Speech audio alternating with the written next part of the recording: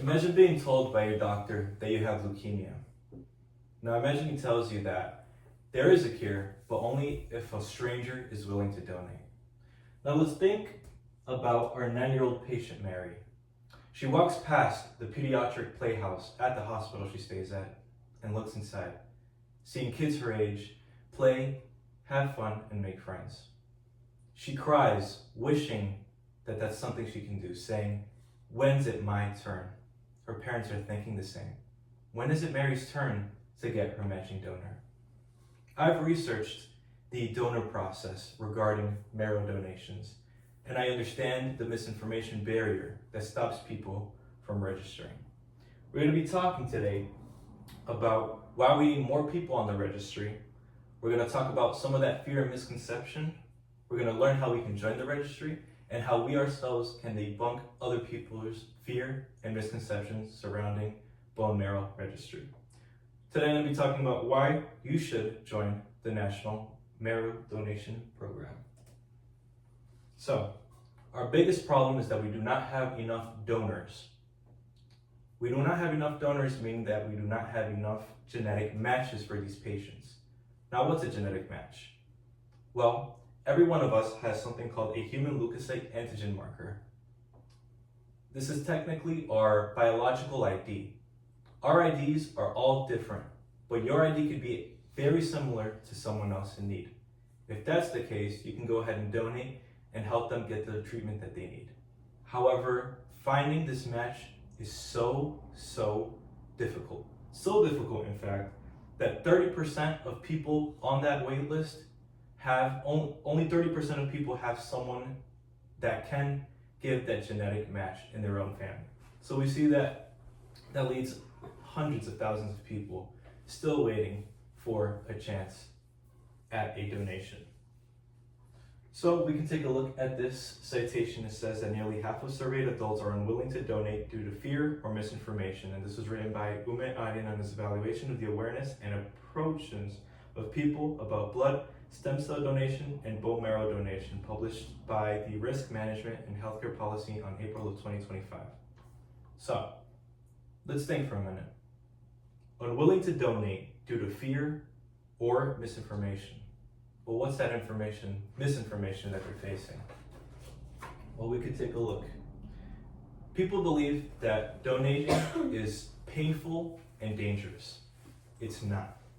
People believe that bone is actually taken from your system in order to donate. It is not. And people believe that donating and being on that registry costs them money. It does not. We understand now that a lack of public education leads to further hesitation from people joining that registry, leading to even less genetic matches for these patients. So, how can we decrease the misinformation that we've heard?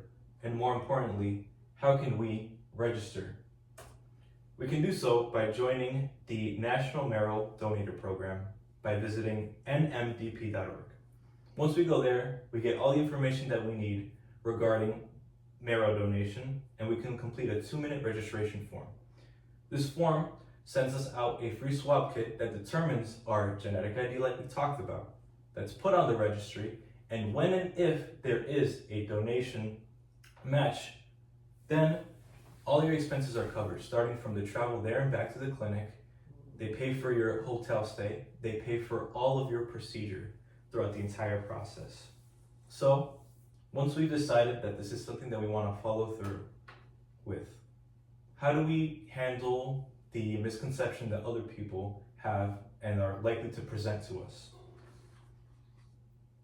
We can do so by looking first at this citation. It says that donors receive comprehensive medical monitoring before, during, and after donation by Wolfgang P. Renner on the supportive care of hematopoietic stem cell donations, published by the Clinical Hematology International on February 2024.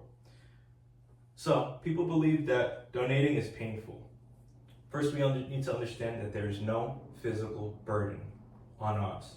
All right? 9 out of 10 of these donations are actually done by peripheral blood stem cells, or PBSC for short. It's very similar, like we see up here at the top right, to donating blood. Next, only 1 in 10 of these procedures is done by bone aspiration.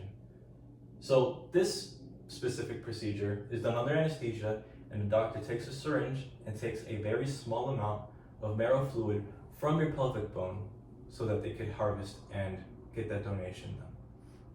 This specific procedure has no follow-up pain, only about the pain of a bruise 1 to 7 days after the operation. So people think it takes too much time.